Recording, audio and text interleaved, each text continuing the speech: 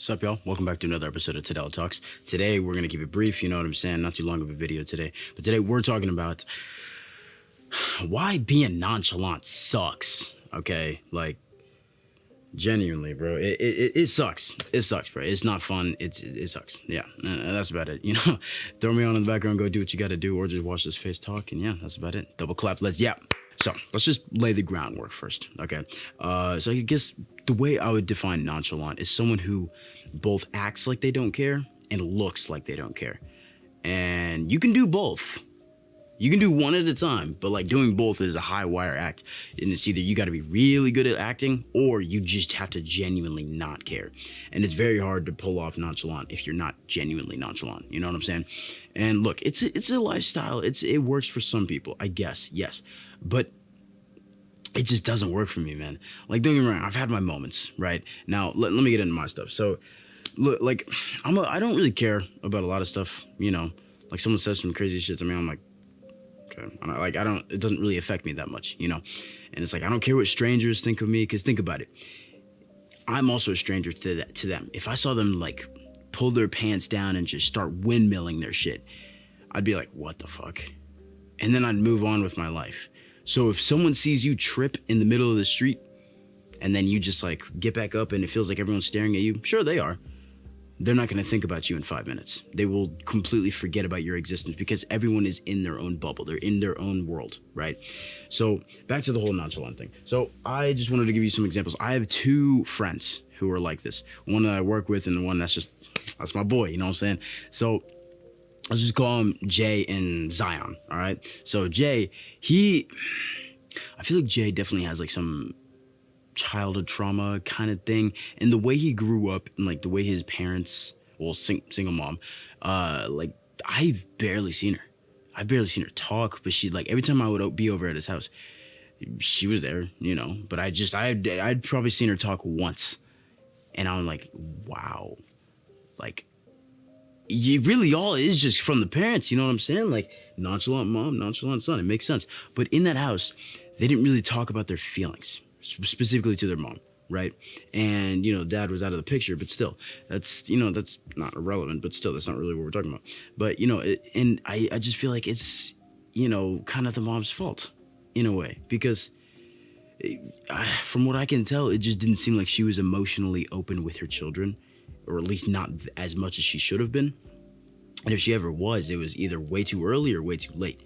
And, you know, I feel like that definitely stunted them in their own ways. And, you know, because, like, it was the two boys, like, his brother and then him. They're very similar, you know. And, like, specifically with my friend, like, Jay, he's just...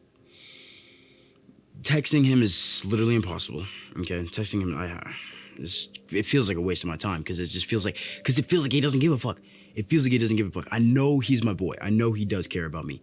But, like, it's so hard to tell when you're texting someone who is like that. Because they'll give you the single word responses. Hell, even single letter responses. Or they just won't respond at all. Which is, like, a whole other thing. And look, you're not obligated to respond to me. True. But, I mean, I feel like as your fucking friend, you should give me a little something to work with. You know what I'm saying? But still. And then, you know, my coworker, he's similar, but it's easier for me, it's easier to, like, break him out of his shell. Because I know how to push people's buttons, bro. What can I say? I know how to do that. But, yeah. And, like, look, I get the whole nonchalant thing. I get it to a degree, right? Like, I understand, you know, wanting to seem cool and unbothered for the women. You know what I'm saying? That's one thing. And, you know what they say, women love nonchalant men, which, if I'm not mistaken, that's not true. You know what I'm saying? I found that I have had much better luck.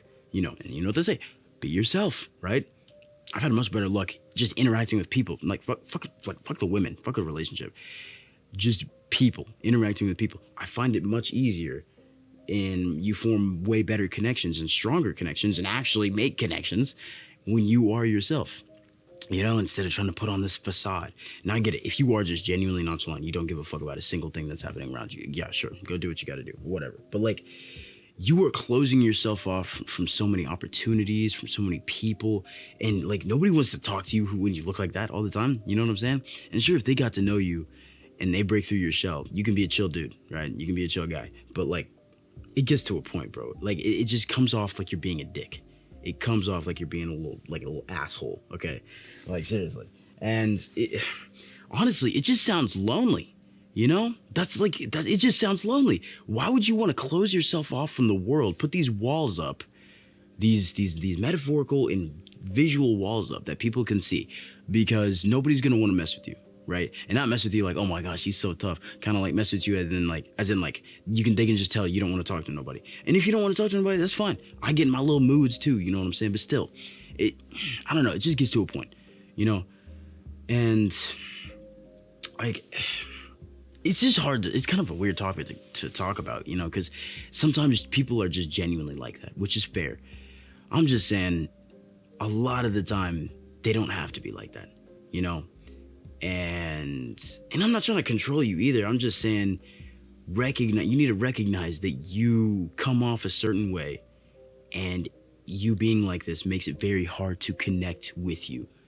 Even if you're not like closed off from connection, it's just like, your outward appearance, it just makes it seem like you don't want to interact with anything. And all you want to do is go home and doom scroll or something like that. I don't know. But you know what? You're on your own path. You know what I'm saying? I'm sure you'll figure it out. And if you are nonchalant, what I just said, just repeat it back to you. You know what I'm saying? But I'm just saying, keep an open mind. You know, people are really cool. A lot of people are pretty chill. You know what I'm saying? The average person is pretty chill. Because I just started a new job and I realized, wow, for one thing, I'm way funnier than I remember. I don't interact with that many people. And also, oh my God, self-glaze is crazy. But yeah, and then like, people are just pretty cool. They suck, but they're pretty cool too, you know? So yeah, stop being nonchalant. It's just a waste of your time, bro. It's a waste of your time, and you're probably just going to end up regretting it in the long run.